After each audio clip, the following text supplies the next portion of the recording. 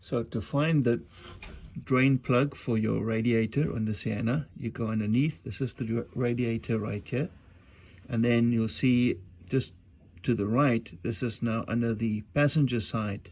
This is where the petcock valve is. Let me just zoom in for you.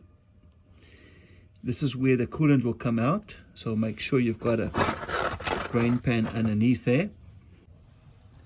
You open this petcock valve over here, the coolant will come out at the bottom and go straight into your drain pan. So just open this with your fingers. If it's hard to open, you can use a small pliers. You have to be careful because this is only a plastic handle, and when you turn this, it's easy to break. So just be gentle.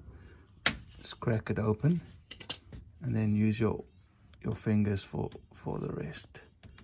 Just open that up.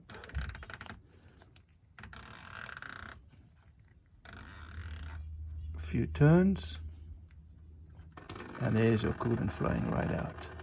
If you want your coolant to flow faster, you just open the radiator cap up top, and some of the air pressure will go down and make sure that your coolant is going to drain quicker than otherwise.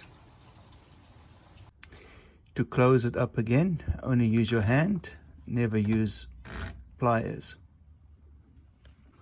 Remember to recycle your coolant afterwards. Put that back in a container, and then label that used antifreeze. Then once you've done and you've collected all your used antifreeze, you've marked them up, just take them to a recycle depot and make sure that they take good care of it.